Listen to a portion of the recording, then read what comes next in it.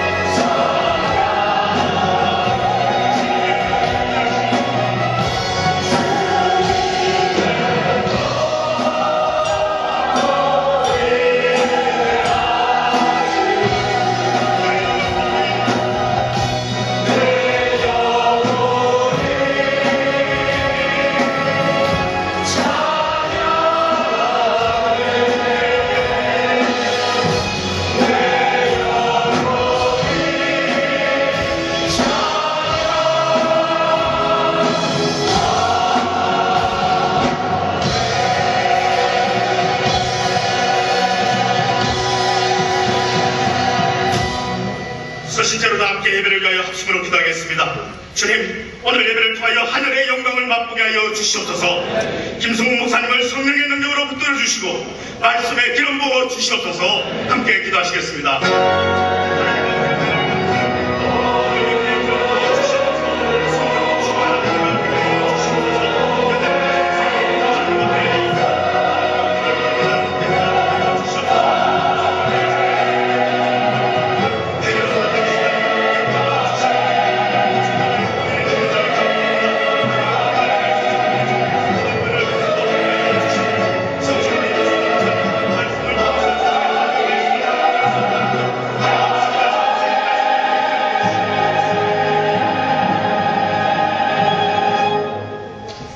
인생길에서 지난 한 주간도 지켜보호해 주신 하나님께 감사와 찬송을 올려드립니다. 오늘도 예배를 통하여 메마른 심령에 부흥을 주시옵소서. 십자가의 보혈로 더러워진 우리의 심령을 정결케 하여 주옵시며 구원의 기쁨과 감격을 회복시켜 주시옵소서. 또한 하나님의 임재와 영광이 우리의 모든 고통과 문제들을 압도하는 은혜를 주시옵소서. 설령 현재의 환경이 견딜 수 없이 힘들고 어렵다 할지라도 고난을 통하여서 우리의 인격을 정금같이 다스리시는 하나님의 섭리를 깨닫게 하여 주시옵소서. 오 성령님이여 닫혀진 우리들의 영안을 열어 주시옵소서.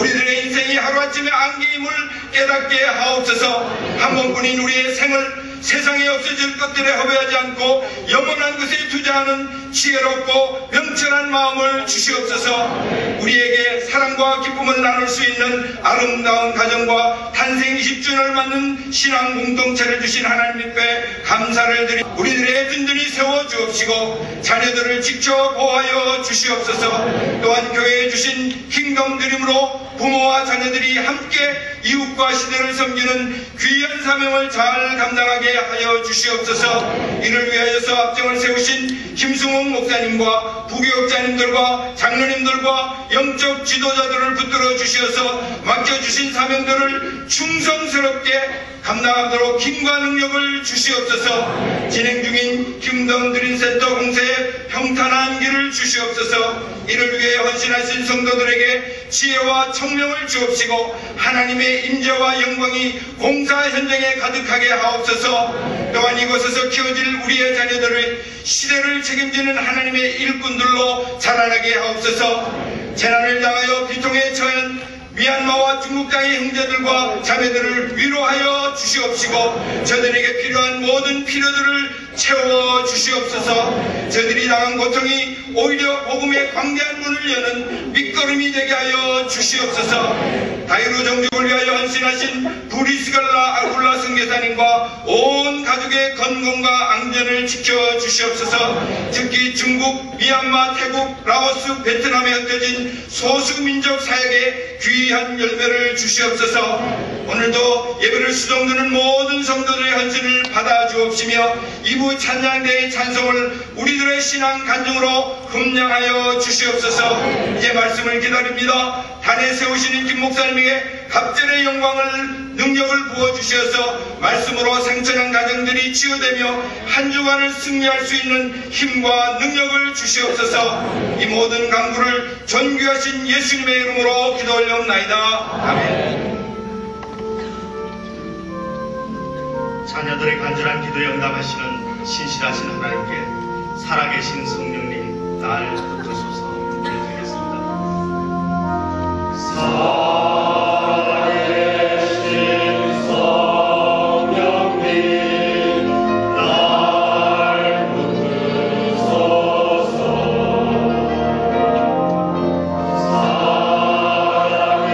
살아계신 성령님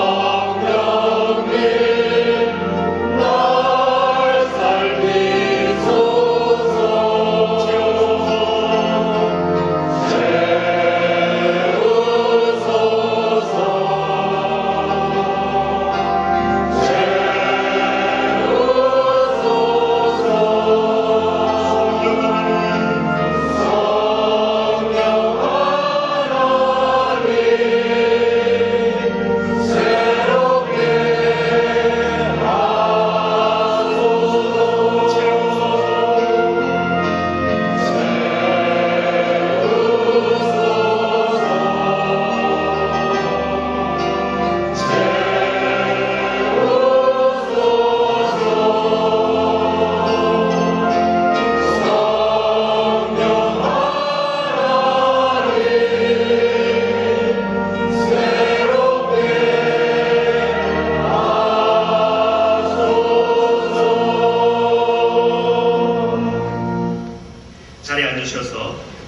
시와 같은 보혈은 찬송가 190장을 찬양하시겠습니다.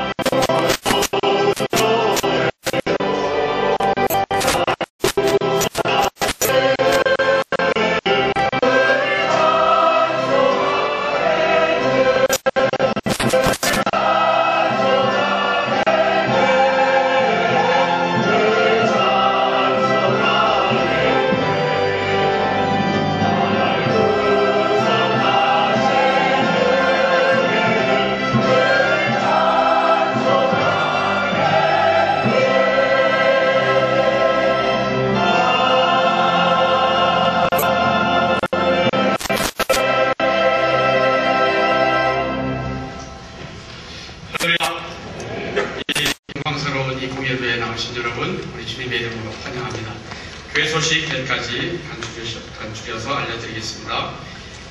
1번 보시면요, 서울세 모집 안내하는데 저희 교회 등록하신 지 1년 그리고 세례 받으신 지 1년 최소한 그 두 가지 요건을 갖추셔야 그 다음에 볼 수가 있으나 그거 좀 참고해주시고요. 두 번에 보시면 안내지가 있으니까 자세히 보시고 이용을 해주시면 감사하겠습니다. 2번 3번 보시면 성인 세례 교육 및 세례 예배 인증이 나와 있고요. 자녀들을 위한 세례 그리고 입교 신청에 대한 안내가 있는데요. 이거 역시 주보안에 안내지가 있습니다. 잘 살펴보시고요. 특별히 우리 순장님들, 숙모님들께서 많이 챙겨주시기를 부탁드리겠습니다. 북한을 품는 40일 집중기도 계속하고 있습니다. 매일 새벽 예배 때 또 교회적으로, 가정적으로, 개인적으로 기도하실 때 주보안에 이번 주에도 그 안내 카드가 들어있습니다. 그것을 참고하시면서 집중적으로 북한과 북방선교를 위해서 기도해 주시면 감사하겠습니다. 5번하고 10번 같이 하겠습니다. 쉐키나 찬양팀과 함께하는 영아 요아부 아빠 엄마를 위한 찬양 집회 이번 토요일 오후 6시입니다. 벌써 아주 많은 호응이 있는데요. 엄마 아빠들을 위한 것이지만 또 일반 교우들께서도 얼마든지 참석하셔도 좋습니다. 그리고 쉐키나 찬양팀과 연관해서 뮤직 아카데미 광고를 드리면요, 5월 27일부터 10주간 동안 음악 수업이 진행됩니다. 혹시 자녀들을 우리 교회 뮤직 아카데미에 보내실 분들 많이 참고해 주시면 감사하겠습니다. 정동상 앞에 지금 수강 신청을 받고 있습니다. 2주 뒤에 제 129차 만남의 시간 있는데요. 그 명단들이 주보 안에 들어있습니다. 우리 순장님들 챙겨주시기를 부탁드리고요. 오늘 1일 큐티 훈련학교 오후 2시 반부터 있습니다. 오늘도 등록을 받습니다. 그러니까 많이 등록하셔서 또 은혜 받으시기를 부탁드립니다. 한우중등부에서 펀드레이징을 오늘 합니다. 한우중등부는 우리 교육부 중에서 가장 작은 그룹이에요. 그렇지만 가장 약한 그룹은 아닙니다. 사역을 아주 파워풀하게 하고 있는데요. 귀한 프로젝트가 있어서 펀드레이징을 하거든요. 보바 티를 판매를 합니다. 뒤에 라브리 카페 옆에서 판매하는데 오늘같이 더운 날 매상이 많이 오를 것 같아요. 많이 도와주시고 격려해 주시면 대단히 감사하겠습니다. 결혼한 할 가정 이번 주에 또 개업할 가정들 있습니다. 주님의 이름으로 함께 기뻐하고 축복드립니다. 상당하신 가정들이 있습니다. 이범규 선영 성도님 가정에, 그리고 서수은 석유란 성도님 가정에, 또한 강신욱 장로님 집안에 각각 상을 하셨는데 우리 하나님의 크신 교우가 함께 하시기를 바라고요. 아시는 분들은 많이 격려해 주시고 위로해 주시면 감사하겠습니다. 이제 담임 목사님 나오셔서 순서 진행해 주시겠습니다. 여러분, 지난 4년 동안 우리 교회에서 함께 사역하신 차성구 목사님, 교구 사역과 또한 영성 사역을 담당하시면서 정말 훌륭하게 주님의 교회를 섬겨주셨습니다.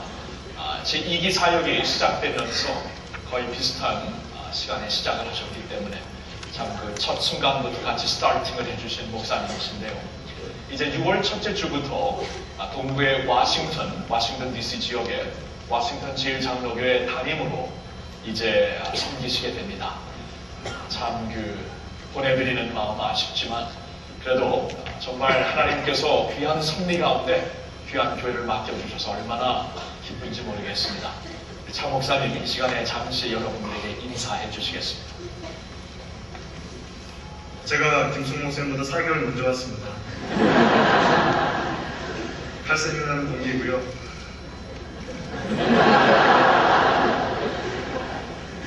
지난 4년 동안 하나님께서 너무나 크신 은혜를 베풀어 주셨습니다. 정말 어린아이와 같은 저를 이곳으로 부르셔서 목사님과 장로님들과 순장님들, 우리 성도님들을 통해서 많이 배우고 성장할 수 있는 그런 시간들이었습니다.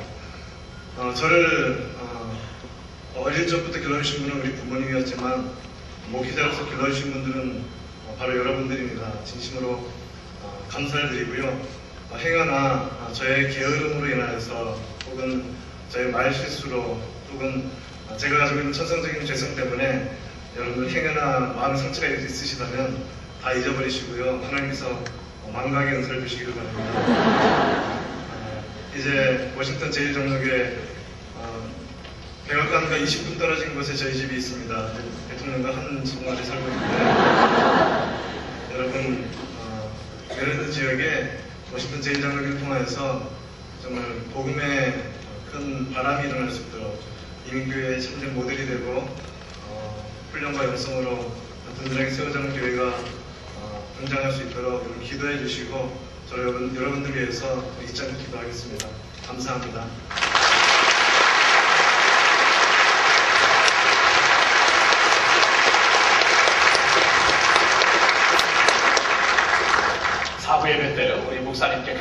은혜를 전달하겠고요. 지금은 제가 여러분들을 대표해서 목사님과 가정을 위해 또한 교회를 위해 기도하겠습니다. 사랑의 하나님 아버지, 우리 차성구 목사님을 통해 영광 받으시고 더 큰 영광 받으실 하나님을 찬양드리옵나이다. 주님의 섭리 가운데 지난 4년간 우리 교회에서 함께 사역하시며 역동적인 제자훈련 사역을 마음속에 새기며 배우게 하신 주님의 은혜를 감사드리옵나이다. 이제 와싱턴 제1장로교회 담임으로 부르심을 받고 그 교회를 훈련과 영성으로 세우시려고 하는 목사님의 비전, 주님 그 비전 위에 하나님 성령님의 기름 부으심을 허락하여 주시옵소서. 우리 목사님과 사모님 그리고 세 따님 이제 가는 길을 주님의 손에 올려드립니다. 하나님이 함께 하시어서 가는 곳마다 여호와의 영광, 예수 그리스도의 복음의 영광이 임하게 하여 주시옵소서. 와싱턴 제1장로교회를 주님의 이름으로 축복합니다. 우리 차성구 목사님의 이제 새로운 리더십을 통하여 교회가 더욱더 부흥하며 주님의 복음 안에 더욱더 깨끗하게 세워지는 교회가 되게 하여 주시옵소서. 계속 와싱턴 지역과 주님 그 지역으로 말미암아 온 미국에 주님의 새로운 부흥의 물결이 임하게 하여 주시옵소서. 주님께 모든 영광 올려드리올 때 우리 주 예수님의 이름으로 기도하옵나이다. 아멘. 다시 한번 축복.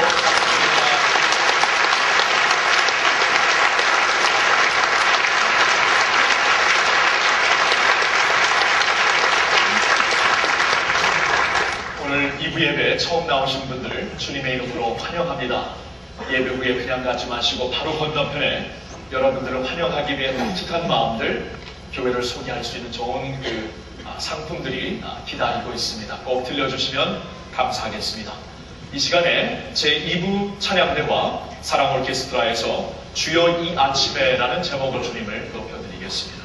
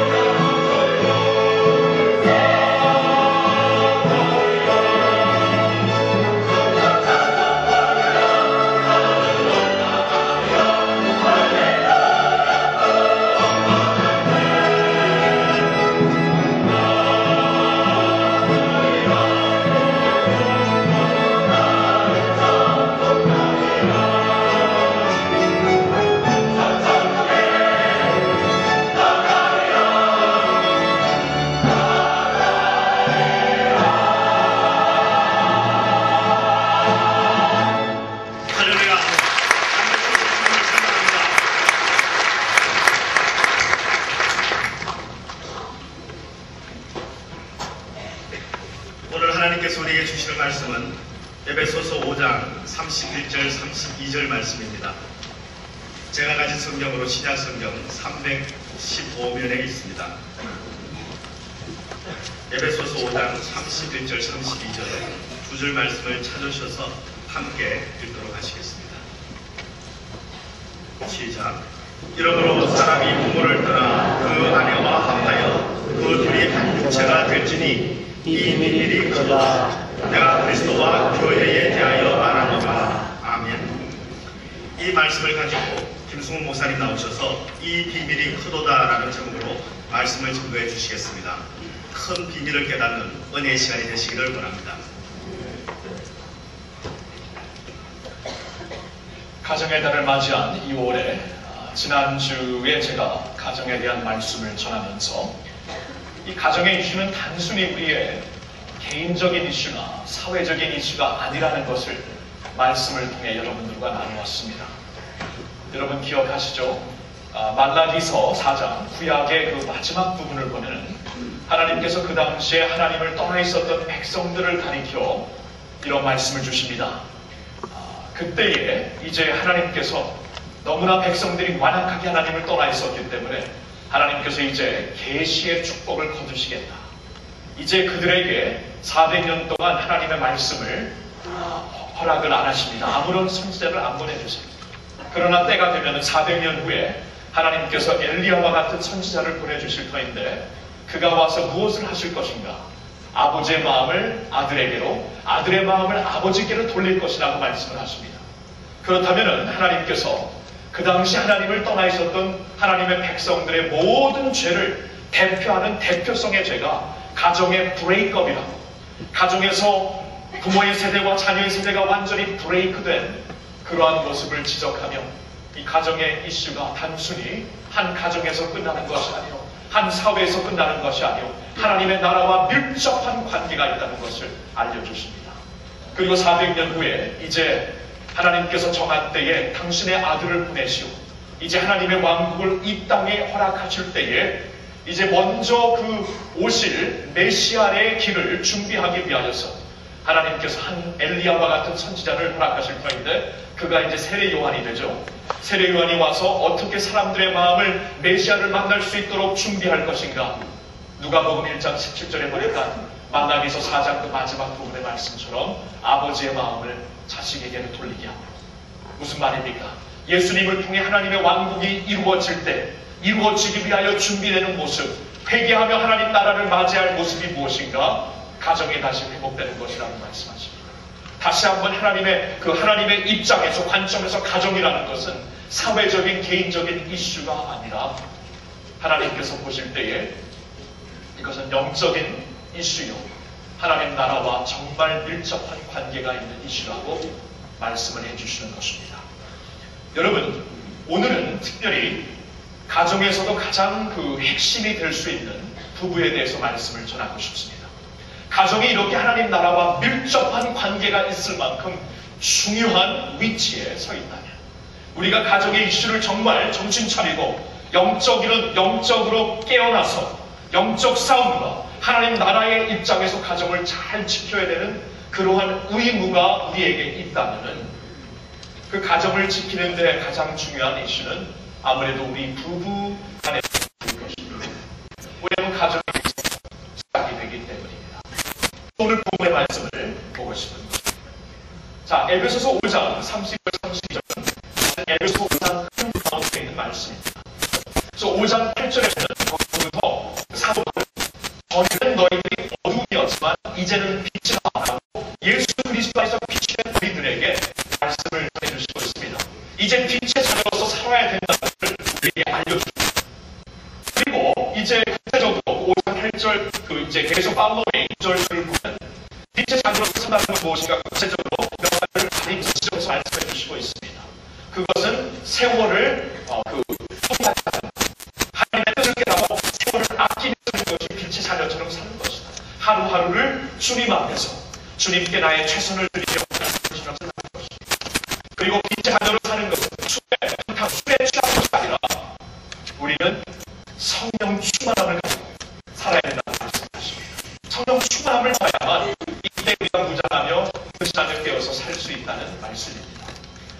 빛의 자녀란 씨와 그 창미와 신령한 노력 서로 화답하며 사는 자들이라고, 찬양의 사람들이라고 말씀을 하십니다.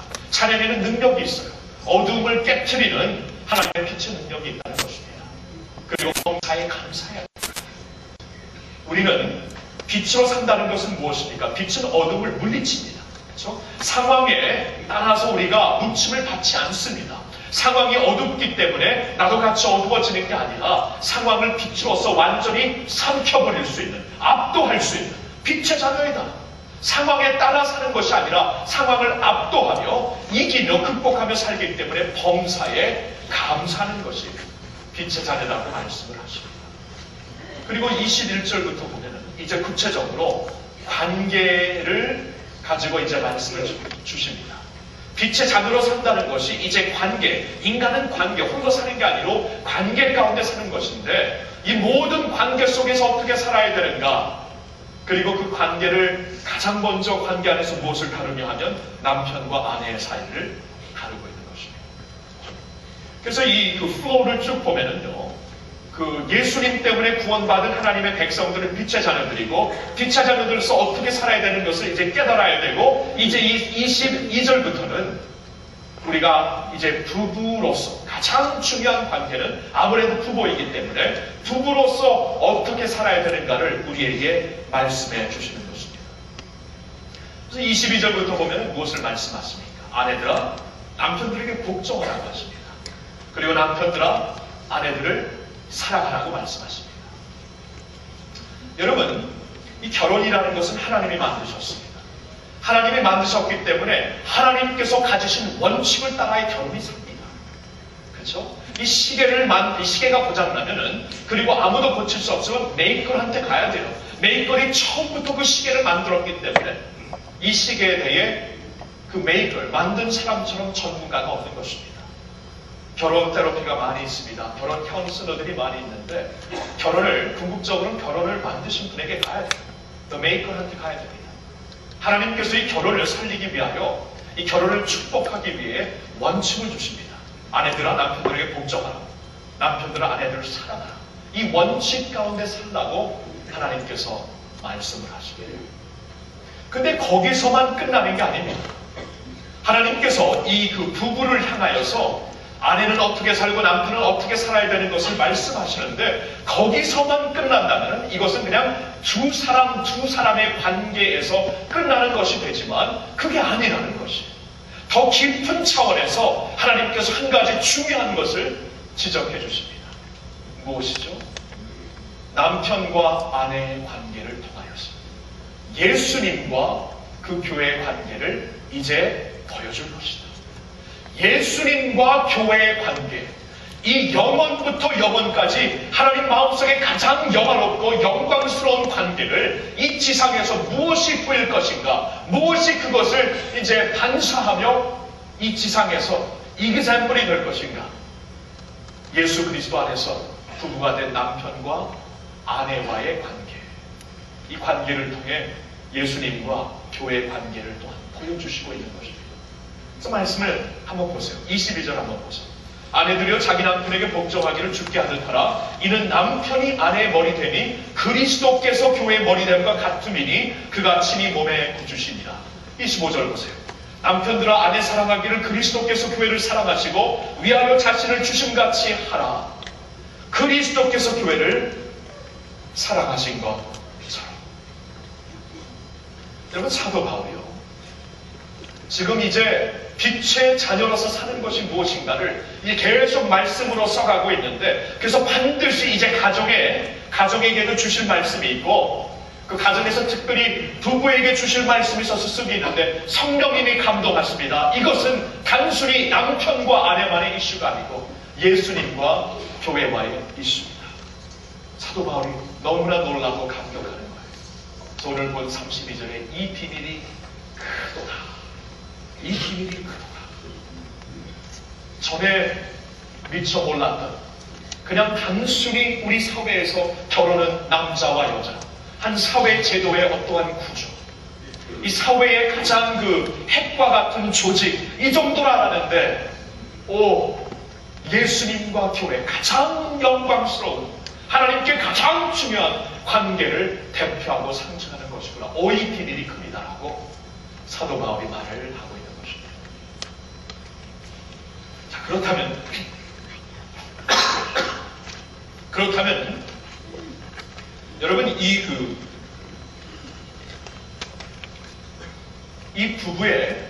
부부간의 관계를 우리가 어떻게 해서든지 지켜야 되는 중요성을 우리가 여기서 깨달아야 하는 것입니다. 왜냐하면 예수님과 교회의 관계가 영원한 관계가 아닙니다. 예수님과 교회의 관계가 하나님 마음속에 가장 영광스러운 관계가 아닙니까? 근데 하나님께서 그 관계를 이 지상에 실제적으로 대표하는 것을 남편과 아내의 관계로 하나님이 세우셨다면 하나님의 영광을 위해 사는 백성들로서 그것같이 우리가 중요하게 지켜야 될 것이 없다는 게 아니겠습니까? 그렇죠? 이것을 반드시 지켜야 된다는 것입니다. 반드시. 이 남편과 아내로 연합하게 한 것을 지켜야 된다는 것입니다. 근데 이게 쉽나요? 실제적으로 쉽지 않습니다. 딘 멀튼이라는 분이 재미있는 책을 썼어요. 그분이 좋은 결혼은 갑자기 이루어지지 않는다라는 책이 있는데 그 책에서 여러 여성들, 결혼한 여성들, 아내들에게 그 아내들은 뭐 20대, 30대, 뭐 70대, 80대까지 여러 계층, 나이의 계층이 있었는데요. 그분들에게 한 가지 질문을 묻습니다. 당신은 다른 남자와 만났다고 생각합니까? Did you meet the right man? right man을 만났습니까? 대답이 아주 재밌어요. 1년 채 안 된 아내들은 그 중에서 98%가 우리가 right man을 만났습니다. 1년이 안 됐습니다. 아직 눈이 멀었죠. 눈이 멀고 이거 아직도 허니문 스테이트니까 모든 게 다 좋거든요. 근데 이게요 1년이 지나면서 보세요. 2년째 되면서 이 넘버가 56%로 떨어집니다. 56%. 아니 어떻게 1년 사이에 이제 현실을 바라보는 거예요. 현실을 바라보면서 이거구나. 막 가슴이 떨기 시작하고 속았구나. 막 이런 식으로 막 이제 생각을 하게 되는 거예요. 그러면서 그때부터 이제 더 추락을 하는데 20년 안팎으로 전후로 보니까 내가 right man, 옳은 남자를 만났다고 생각하는 자가 6%로 떨어집니다. 6%. 100명 중에 6명만 이거 끔찍해요. 근데 더 재밌는 게 뭔지 아세요? 이제 30년 이상이 된 자들에게 똑같은 질문을 물었는데 95%가 Yes, I read that the right way 이렇게 얘기를 했다는 겁니다. 참 재밌죠? 이게 뭐냐 하면은 이 관계라는 게 쉬운 게 아니에요. 결혼이라는 게 절대 쉬운 게 아닙니다. 굉장히 어려워요. 그러나 인내하는 가운데 이게 보배라는 것을 정말 깨닫고 붙잡고 인내하는 가운데 어느 시간이 지나면서 세상 볼 것을 다 본 가운데 하나님이 실수가 없으시고 하나님이 하셨구나라고 본다는 거예요. 그렇죠? 30년을 잘 넘기셔야 돼요. 잘 넘기셔야 돼요. 여러분 이렇게 하나님께서 결혼이라는 일반 은혜를 주신 거예요. 일반 은혜. 이건 뭐 믿는 자들에게만 주신 게 아닙니다. 안 믿는 사람들에게도 똑같이 비를 내려주시고 해를 주신 것처럼 General Grace, 일반 은혜는 모두에게 주셨는데 이 결혼이라는 것이 일반 은혜인데 주님을 안 믿는 자들 가운데서도 이렇게 오래 살다 보니까 창조주께서 허락하신 것이 이렇게 감사하고 기쁘다라는 것을 얘기하고 있는 것이죠. 인내해야 합니다. 그리고 특별히 주님을 믿는 자들은 아까도 보았지만 이것이 보통 관계가 아닙니다. 하나님께서 당신의 가장 영광스러운 교회와 그리스도와의 관계를 우리에게 이 세상에게 알려주기 위하여 이 세상에게 반사시켜 주시기 위하여 결혼을 허락하여 주셨기 때문에 이 결혼이라는 연합을 지키는 것처럼 중요한 게 없다는 것입니다. 우리야말로 인내해야 해요. 우리야말로 하나님께서 실수가 없으신 하나님께서 이것을 허락하셨으니 인내하고 붙잡고 기도하며 하나님의 축복이라는 것을 깨닫고 전제 안에 살 때 이것을 인내하게 되더라고요. 인내하는 가운데 우리가 하나님의 영광을 볼 수 있겠다는 것입니다. 자, 그렇다면 중요한 것이 이제 이 사실을 말씀에서 깨달았다면 그러면 다시 한번 말씀으로 돌아가 이 부부의 연합을 지키기 위해 꼭 필요한 성경적 원칙이 무엇인가? 이 연합을 꼭 지키기 위해 성경적 원칙, 붙잡아야 될 원칙이 무엇인가? 세 가지로 말씀드리고 싶습니다. 먼저 떠남을 통한 연합이 이루어져야 됩니다. 떠남을 통한 연합이 이루어져야 돼요. 여기 오늘 보면 다시 보실까요? 여기 31절 보면은 이러므로로 시작이 됩니다. 앞에 있는 하나님의 말씀과 연결을 시켜주는 그 단어예요.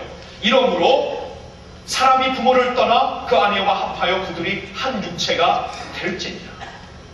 자, 근데 먼저 이 말씀 전체를 들어보면 어디서 들은 것 같죠? 어디서 들었죠, 이 말씀? 창세기 2장에서 들었습니다. 2장 24절에 하나님께서 아담과 하와를 만드신 후에 하나님께서 그들에게 첫 번째로 주신 원칙이 바로 이 말씀이라는 것이죠. 하나님께서 아담과 하와를, 그 아담의 갈비뼈를 가지고 하와를 만드시죠. 여러분, 갈비뼈라는 게 굉장히 중요합니다. 뭐냐면요, 요사이 옛날에는 이 갈비뼈가 무엇인가 했는데 요새는 DNA가 있기 때문에 하나님께서 갈비뼈를 가지고 만드셨다는 게 의학적으로 굉장히 make sense가 돼요. DNA를 가지고 한 몸, 둘이 하나가 될 수 있는 몸을 만드셨구나. 근데 갈비뼈라는 게 또한 상징적으로도 중요하죠. 머리뼈나 턱뼈였다면 완전히 으스스하면서 완전히 짓밟고 살았을 텐데 턱뼈로 만드시지 않았습니다. 이 정강뼈라고 그러나요? 이 신뼈? 정강뼈 맞습니까? 정강뼈 없어요? 이거 뭐라 그래, 이거? Anyway, 이뼈로 만들었, 정강이라고 그러잖아요. Anyway, 이뼈로 만들었다면 체형만 받고 살죠, 그렇죠? 턱뼈로 만들었으면 자기가 그냥 짓밟고 살고, 여기서 만들었다면 똑같은 DNA지만 남편에게 그냥 채우면서 살지만 하나님께 갈비뼈를 만들었어요. 가장 가슴에 가까운 갈비뼈입니다. 그렇죠? 내가 정말 보호해야 되고 동등하고, 사실 동등하고 보호해야 되는 그러한 존재라는 것이죠. 하나님께서 이렇게 아담을 위하여 돕는 배필 하와를 만들어주시고 이제 하나가 되어서 결혼을 할 수 있도록 그 두 몸이 아니요 한 몸이 될 수 있도록 하나님께서 결혼 제도를 허락하시는 것입니다. 자, 그런데 이 결혼 제도를 허락하시면서 창세기 2장 24절에도 그렇고 오늘 보면 에베소서 5장 31절에도 그렇고 이러므로 원어에 보니까 우리나라 번역에는 사람이지만 원어로 보니까 남편이 부모를 떠나 아내와 합하라고 말씀을 하십니다. 왜 특별히 남자를 말씀하셨을까? 생각해보면요. 그 여자는 보통 그 전통 어떤 문화를 보아도 거의 다 여자는 그 남편의 가문으로 자기의 가문을 떠나 남편의 가문으로 들어갑니다. 여자는 이미 떠났어요.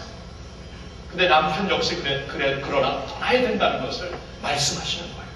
근데 중요한 것은 거기 31절에 이러므로라는 단어입니다.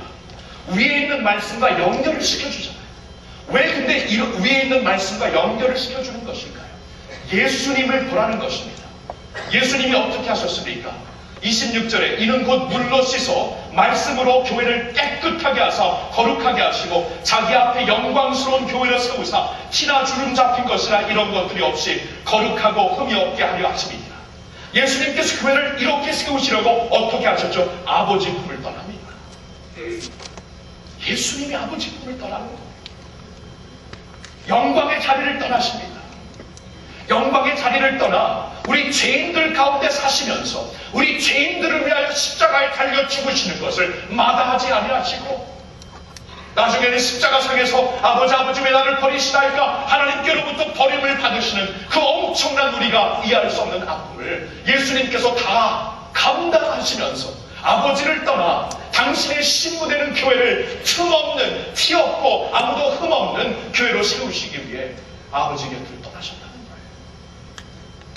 거예요. 이와 같이 주님처럼 아내를 위하여서 네 부모를 떠나라는 것입니다. 여러분, 여기서 부모를 떠나라는 것은 정신적으로 떠나라는 거예요. 정신적으로. 부모님을 모시고 살아야 되는 경우가 많고 예수님 경우에도 모친을 모시고 사십니다. 그렇죠? 마리아를. 여러분, 부모를 이렇게 버리라는 뜻이 전혀 아니죠. 하나님께서 주신 말씀 중에 변함없는 개념, 대개념 중에 하나, 10개의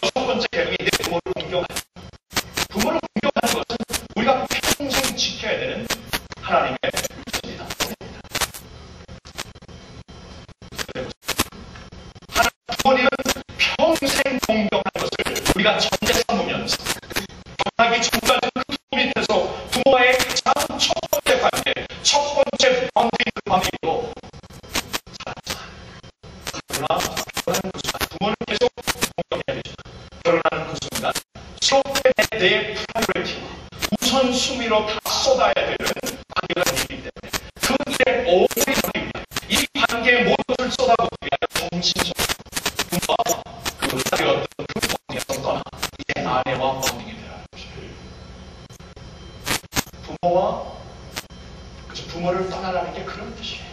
예수님이 아버지의 곁을 떠나 교회를 위해 모든 것을 다 부었듯이 이제 남편이요, 예수 그리스도를 상징하는 이 부부관계에서 남편들이요, 부모를 떠나서 정신적으로 떠나 완전히 인디펜던트 되어서 독립되어서 이제 그 관계, 이 새로운 관계를 위하여 모든 것을 쏟으라는 것입니다. 여러분, 그 부모님도 혹시 서운해하시는 분 있으실지 모르겠네요. 그렇죠? 근데 우리가 서운해하지 말아야 됩니다. 왜냐하면 우리가 지난주에도 보았지만 우리가 한 가지 부모로서, 그래서 먼저 부모와 자녀의 관계를 보았는데, 지난주에 한 가지 드린 말씀 중에 한 가지 드린 말씀이 뭐냐면은 자녀에 있어서 소유권이 아니고 뭡니까? 청직이라고 했잖아요. 청직. 시편 127편 4절에 보니까 자녀는 장사의 손에 있는 화살과 같다고 합니다. 화살은 내가 어느 정도 준비하고 무장했다가 나중에는 쏴야 되는 것이에요. 하나님의 나라를 위해 쏴야 되는 것입니다. 그래서 궁극적으로 나의 자녀의 소유권이 하나님께 있는 것을 인정하고 내가 소유하려는 것이 아니라 하나님의 나라를 위해 과감하게 쏠 수 있는 것이 사실 부모의 책임입니다. 예수님 믿는 하나님을 따르는 부모의 책임이에요. 그래서 이미 우리가 부모로서 하나님의 나라를 위해 이미 들여진 자녀라는 것을 생각하니까 이때에 하나님의 원칙 가운데 결혼을 통해 정신적으로 부모를 떠나라는 것이, 이것이 우리가 서운하게 생각할 필요가 없는 거예요. 여러분, 저의 경우에도 여러분 얼굴에 써있죠. 효자라고. 효자라고 써있고 제 출신이 효자동이고 여러분 그 효자입니다. 효자인데 그만 얘기해요. 근데 진짜 효도가 무엇인가 보니까 주어진 삶을 충실하게 사는 것이다. 주어진 삶. 그리고 하나님을 믿는 가정에서 진짜 효도하는 것은 하나님의 나라를 위해 충성되게 사는 것이 진짜 효도더라고요. 그래서 부모님과 말씀 드릴 때마다 말씀 잘 드리죠. 그리고 참 감사하게 우리 아내가 참 부모님을 잘 드려요. 얼마나 감사한지 몰라요. 그러나 우리가 전화로 통화할 때마다 또 방문할 때마다 아버님, 어머님 이렇게 우리 가정이 주님 안에서 항상 그걸 물으시죠. 가정이 행복하냐? 지금 건강하냐? 목회 잘하고 있느냐? 잘하고 있으면 그렇게 기뻐해요. 부모가 정말 그 기쁨을 받고 자식들에게 효도를 받는 게 뭐냐면 자식들이 잘 사는 것입니다. 하나님 안에서 잘 살고 사명을 잘 감당하는 것입니다. 그리고 그 자식의 가정이 잘 되는 것이 궁극적으로 부모에게 기쁨이 되더라고요. 아무리 가까이 있지만 자식의 가정이 잘못되면 부모의 마음이 상하죠. 이것처럼 효도가 사실 없더라고요.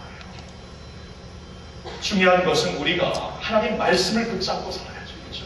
하나님 말씀에는 이 원칙을, 떠나는 원칙을 분명히 말씀하십니다. 우리 동양적인 정서나 유교 사상에서는 이게 조금 안 맞을 수도 있지만 우리는 유교 사상으로 살지 않잖아요. 하나님 말씀을 붙잡고 살잖아요. 하나님 말씀에 보니까 반드시 이 떠나는 컨셉트를 우리에게 말씀해 주십니다. 우리가 하나님 말씀을 붙잡고 순종하며 살 때 거기에 참된 기쁨과 축복이 있을 줄로 믿습니다. 자, 그래서 중요한 것은 이 부부간의 연합이 이루어지기 위해서, 건강하게 이루어지기 위해서 중요한 것은 이 떠나야 되는 것인데, 보니까 요사이 못 떠나는, 떠나지를 못해서 가정의 불화가 많은 것을 보게 됩니다. 요사이 좀 마마스 보이들이 많아서 그런지 결혼하고 나서 와이프와 싸우고 나서 엄마한테 이런 말을 해요. 마마스 보이들은 엄마한테 뭡니까? 그게 결혼했는데 그 안에서 이제 해결책을 잡고 하나님을 붙잡고 리더십을 발휘해야죠. 그래요. 하나님께서 이제 부부 간의 관계처럼 중요한 게 없어요. 이것이 이루어져야 하나님의 나라, 예수 그리스도와 교회와의 그 연결성, 그 관계가 정말 아무런 부끄럼 없이 밝혀지는 것이다. 이것을 지켜야 된다. 근데 어떻게 지키는가? 떠남을 통해 연합을 지키라는 것입니다. 자, 그럼 두 번째로는 무엇인가? 두 번째로는 순종을 통한 연합이 반드시 있어야 돼요. 순종을 통한. 여러분, 오늘 말씀의 문맥을 보면은 사도 바울은 예수님과 교회의 관계를 설명하며 역시 부부 사이에도 반드시 질서가 있어야 된다고 말씀해 주시고 있습니다. 그리고 교회와 예수님의 관계에서 질서가 있잖아요. 교회가 주님을 섬기고 복종하고 따르는 것처럼, 또 주님께서 교회를 위해 모든 것을 드리며 사랑하는 것처럼 이 질서가 부부간에도 반드시 있어야 된다는 것입니다. 그래서 그 질서를 이루기 위하여 23절에 보니까 남편이 아내의 머리됨을 여기서 분명히 말씀해 주시고 있습니다. 남편이 아내의 머리 된다는 것은 리더십을 말하는 것입니다. 누가 더 잘났느냐가 아니에요. 여러분 이 말씀 그렇게 오해하기 쉽습니다. 내가 더 잘나서 머리라고 하셨으니까 너 내 말 들어. 이게 아니에요. 이 따위가 아닙니다. 여러분 여기 이 말씀은 누가 더 잘났느냐가 아니고 심지어 남편이 좀 못났을지라도 우리 하나님께서 주신 질서가 지켜져야 하나님께서 원하시는 가정, 부부 사이가 형성이 된다는 것입니다. 꼭 뭐와 같냐면 저는 이 댄싱과 같아요. 댄싱. 여러분이 ballroom 댄싱을 하면 남녀가 같이 춤을 출 때 이 원칙이 하나 있습니다. 남자가 항상 리드하게 되어 있어요. 왜냐면 두 사람이 하나로 움직여야 되는데 한 사람이 리드하지 않고 두 사람이 리드하면 이건 밥도 죽도 안 되는 거예요. 그렇죠? 그렇기 때문에 죽도 밥도 안 돼요. 죽도 밥도 안 되는 거예요. 근데 여러분 그래서 이 댄싱의 원칙 중에 하나가 남자가 리드해야 된다. 근데 여러분 댄싱 파트너들 이렇게 예를 들자면 저와 저희 아내가 만약에 춤을 춘다면은 굉장히 몸이 딱딱합니다. 굉장히 딱딱하고 제 와이프는 굉장히 몸이 플렉시블해요. 훨씬 더 저보다 춤을 잘 출 것 같아요. 분명히 저는 믿는데 그런데도 불구하고 저에게 리드를 하도록 리더십을 줘야 됩니다. 안 그러면 춤이 안 돼요. 그렇죠? 이 댄싱과 같은 거예요. 누가 더 잘났느냐가 아닙니다. 사실 많은 경우에 부인이 더 우월할 수가 있고 더 영성이 깊을 수가 있고 그러나 리더십을 한 분에게 드리라는 거예요. 원칙입니다. 원칙. 이 원칙을 하나님께서 아내들에게 먼저 말씀하시는 것이죠. 아내들아 남편들에게 복종하라. 예수 그리스도께 교회가 복종하라. Out of reverence for Christ. 주님을 경외하는 마음으로 그렇게 하라고 말씀을 하십니다.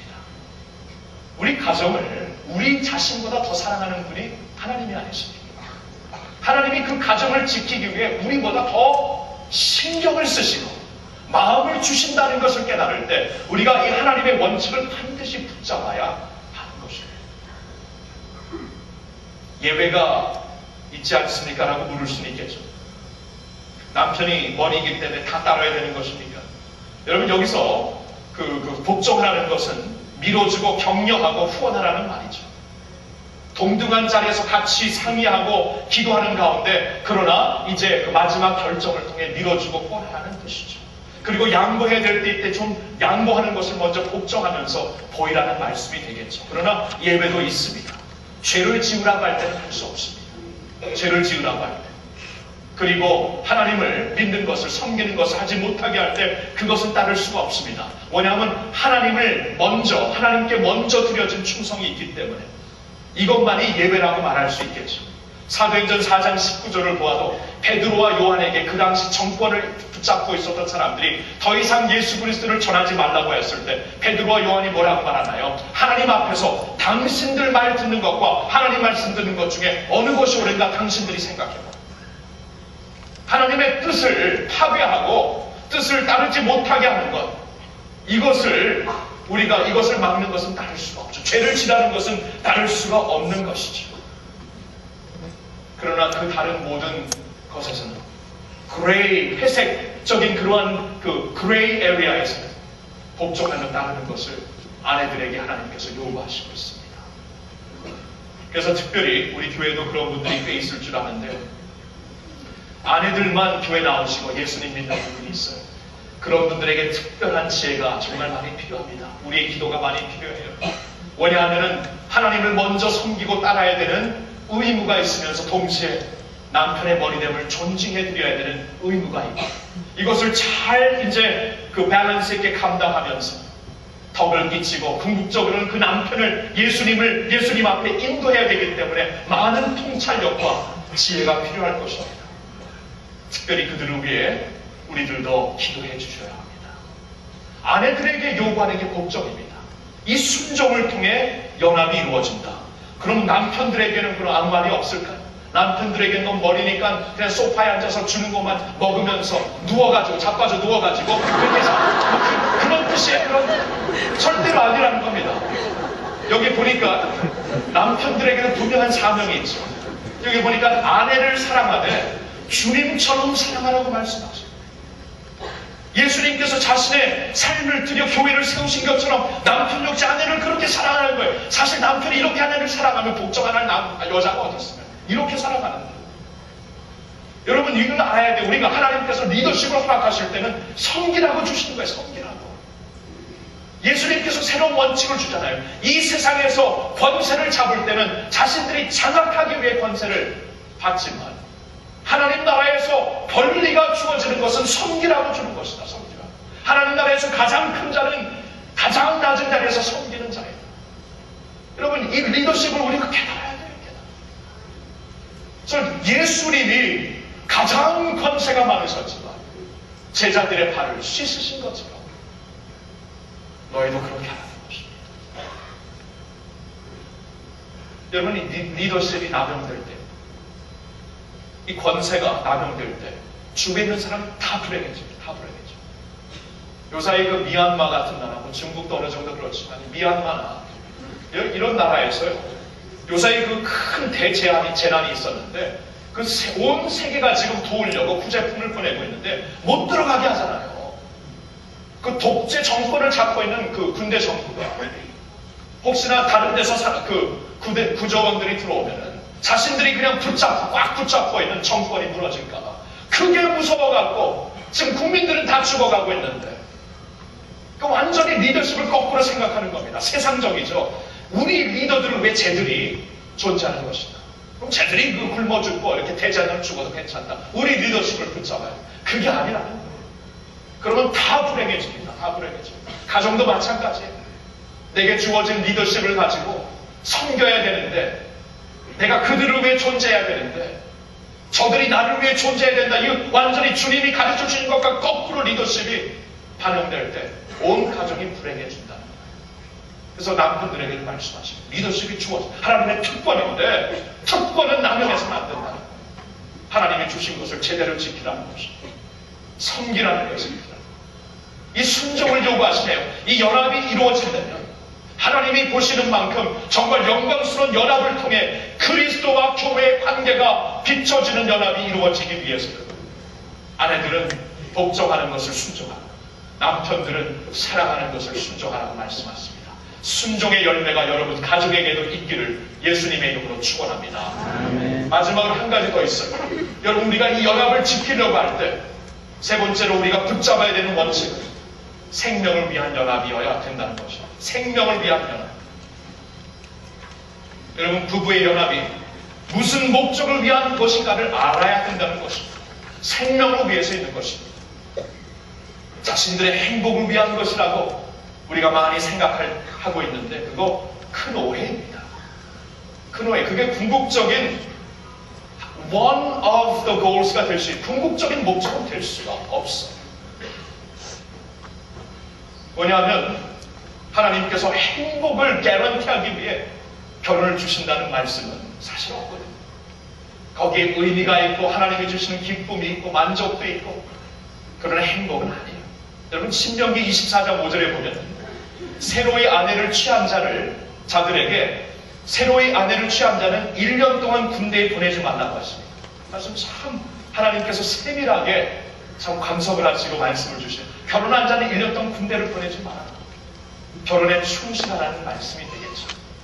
그러나 많은 경우에 이 결혼에 충실한 것과 함께 우리는 어떻게 일반적으로 생각하냐면 1년 동안이라도 결혼을 좀 누리고 행복을 누리며 살라고 주신 말씀이 아닌가. 근데 여러분 재미있는 어느 한 랍비가 이 말씀을 갖고 이렇게 해석을 하는데 뭐라고 해석한지 아세요? 여기서 하나님께서 아내를 취한 자에게 1년 동안 군대에 보내지 말라고 하신 것은 결혼을 해갖고 고생의 문이 열렸는데 군대까지 보내면 어떡하는 거, 그렇게 말을 하더라고요. 모르겠어요. 이분이 이거 잘못해서 계신 건지 모르겠는데 좀 꼭 적을만한 그것을 위해서 우리가 결혼한다고 이렇게 실패가 많습니다. 그게 아니에요. 궁극적인 사람 가정을 이루는 건 행복이 궁극적인 목적이 될 수 없습니다. 그러면 단순히 가정을 이루기 위한 것이 결혼의 의미입니다. 이 세상 제도에서는 그러잖아요. 가문을 이루기. 그런데 성경을 보니까 그러한 소극적인 목적도 절대 아닙니다. 하나님의 말씀을 보니까 말라기 2장 15절에 이런 말씀입니다. 여호와께서는 너희를 아내와 한 몸이 되게 하시지 않았느냐. 이렇게 하신 목적이 무엇이냐. 이것은 여호와께서 경건한 자녀를 얻으시기 때문이다. 그러므로 너희는 너희 마음을 지켜 젊어서 얻은 너희 아내를 배신하지 말아라. 이런 얘기 보셨나요? 하나님께서 왜 결혼을 통해 둘이 하나가 되는 축복을 허락하셨는가? 그것은 그들 스라의 경건한 자녀들, 하나님을 경외하고 따르는 자녀들, godly offspring을 하나님께서 얻기 위하여, 세우기 위하여 허락하신 것이다. 여러분, 우리가 지난주에 묵상했죠. 창세기 1장 29절에 보니까 하나님께서 남자와 여자를 당신의 형상을 따라 만드십니다. 남자와 여자를 당신의 하나님의 형상을 따라 지으신 다음에 바로 그 다음 구절인 창세기 1장 28절에 생육하고 번성하여라, 땅에 충만하여라. 바로 그 다음 구절에 그 말씀을 주신 이유는 하나님의 형상으로 지음을 받은 하나님의 백성들이 자신들의 그 offspring, 자녀들을 통해, 후손들을 통해 하나님을 경외하고 하나님께 영광 돌리는 모든 사람들로 온 땅에 가득 채우는 것이 하나님의 디자인, 하나님의 계획이었다는 것입니다. 그렇죠? 여기에 있어요. 생명을 위한 연합이 되어야 합니다.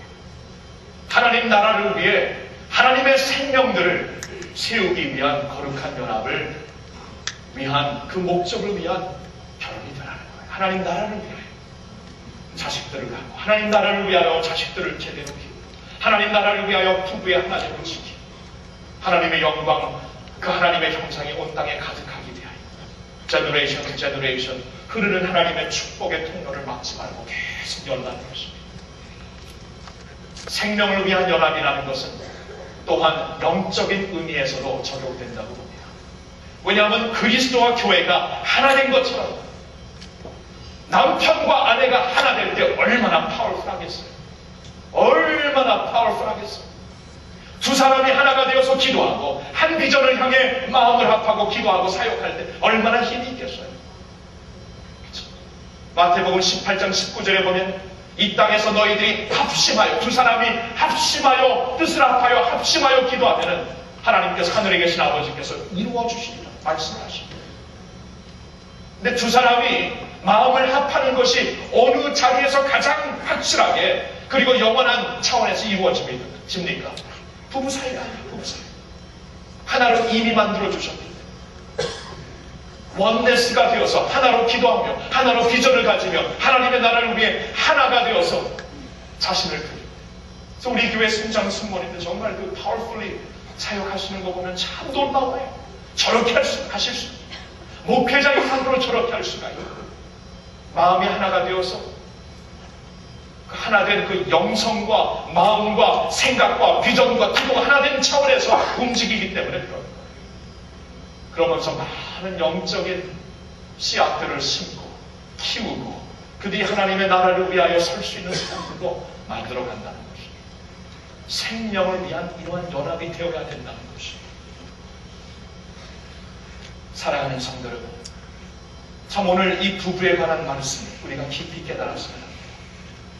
단순히 그냥 우리의 행복을 위해, 우리 가정을 회복하기 위해, 이거 다 중요하죠. 반드시 있어야 되죠. 그러나 하나님의 마음은 그 이상입니다. 훨씬 더 깊습니다. 그리스도의 교회와의 관계를 보여주는 부부의 관계여야 합니다. 이 연합을 꼭 지켜야 됩니다. 그리고 하나님의 나라를 이루어야 됩니다. 저는 그래서 기도하는 마음으로 이 말씀을 준비하고 선포합니다. 남가주 사랑의 교회 모든 가족들, 모든 부부들, 하나님이 주신 이 거룩한 사명을 위해 여러분 부부가 새로운 마음으로 하나가 되고 하나님의 거룩한 불로 하나가 되어서 하나님의 나라를 정말 영광스럽게 이루시는 여러분 모두가 되기를 예수님의 이름으로 축원합니다. 우리 한번 기도하겠습니다. 여러분 이 시간 눈을 감고 기도할 때 제가 한 그룹을 위해 더 기도하고 싶습니다. 우리 교회 안에도 이 부부 관계가 깨진 분들이 있습니다. 꽤 있습니다. 오늘 주신 말씀 여러분들에게 해당은 안 되는 것이 아니라고 봅니다. 아픔을 통해 어려움을 통해 지금까지 브로큰네스를 우리가 갖고 왔지만 여러분 우리 다 브로큰 피플이에요. 브로큰 피플. 그래서 우리의 모든 관계 역시 브로큰 될 수밖에 없습니다. 그러나 우리의 브로큰네스를 주님께 드리잖아요. 그럼 주님께서는 은혜를 주셔가지고 은혜가 무엇입니까? 풀과 같습니다.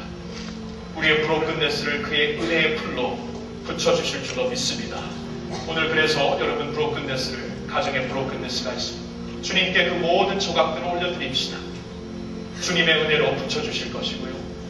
그리고 그 조각들이 붙여질 때는 모자익이 이루어집니다. 물론 부서진 조각으로 이루어진 모자이크지만 전에 보지 못했던 새로운 그림, 새로운 화려함이 있을 거예요. 주님의 은혜가 그렇다는 것입니다. 그래서 브로큰된 여러분들 오늘 우리의 그 모습을 주님 앞에 그냥 올려드리고 은혜를 더욱더 간구할 수 있기를 바랍니다. 그리고 여기 부부들에게 특별히 또한 오늘 기도를 드리고 싶네요. 여러분 지금 부부로 오신 분들이 많이 계십니다. 오랜만에 한번 손을 꼭 잡아보시네요. 손 한번 잡아보세요. 부부들. 주님 앞에 여러분들을 올려드리고 싶습니다. 남편과 아내 꼭 한번 손을 잡고요.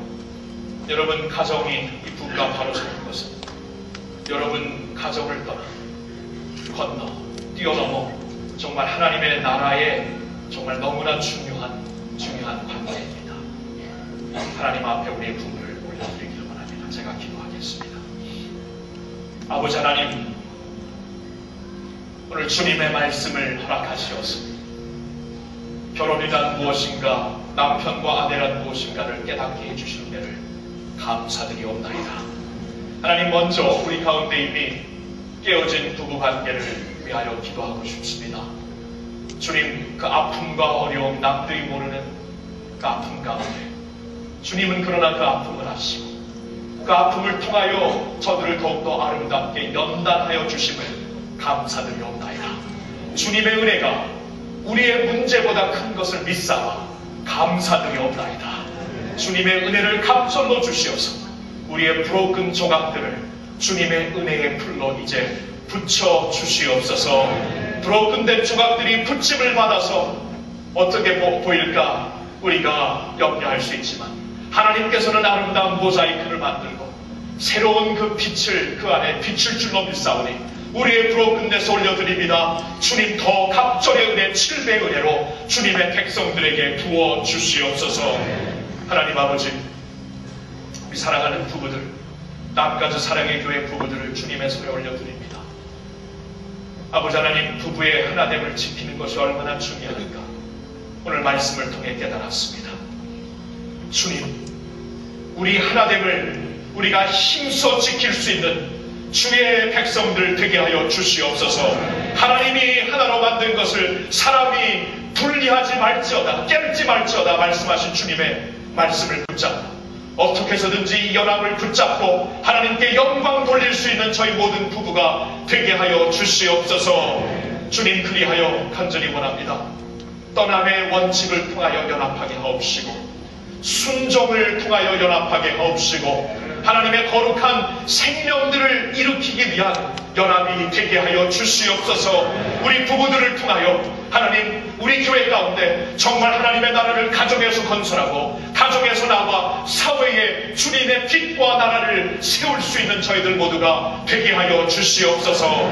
할렐루야. 우리 가정을 주님 앞에 올려드리올 때 이 모든 말씀 예수님의 이름으로 축복하오며 기도하옵나이다. 아멘. 우리 시간 헌금을 하나님께 드리며 계속 예배드리기를 원합니다. 우리 제자 18기 19반 형제님들이 18기 8반이네요. 어떻게 18기 8반 형제님들이 여호와는 참 선하신 목자라는 제목으로 주님을 높여드리겠습니다.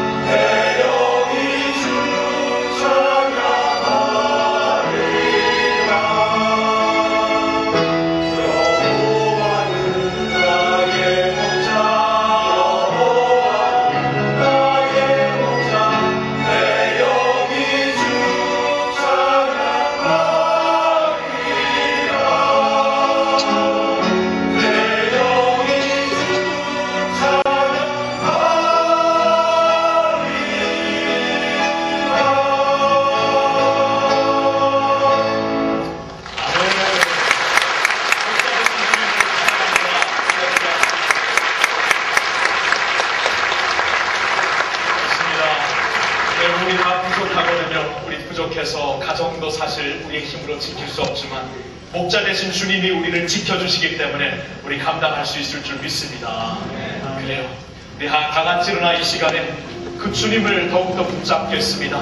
십자가 그 그늘 안에 내 소망이 있다고 우리 고백하며 오늘 예배를 마치겠습니다.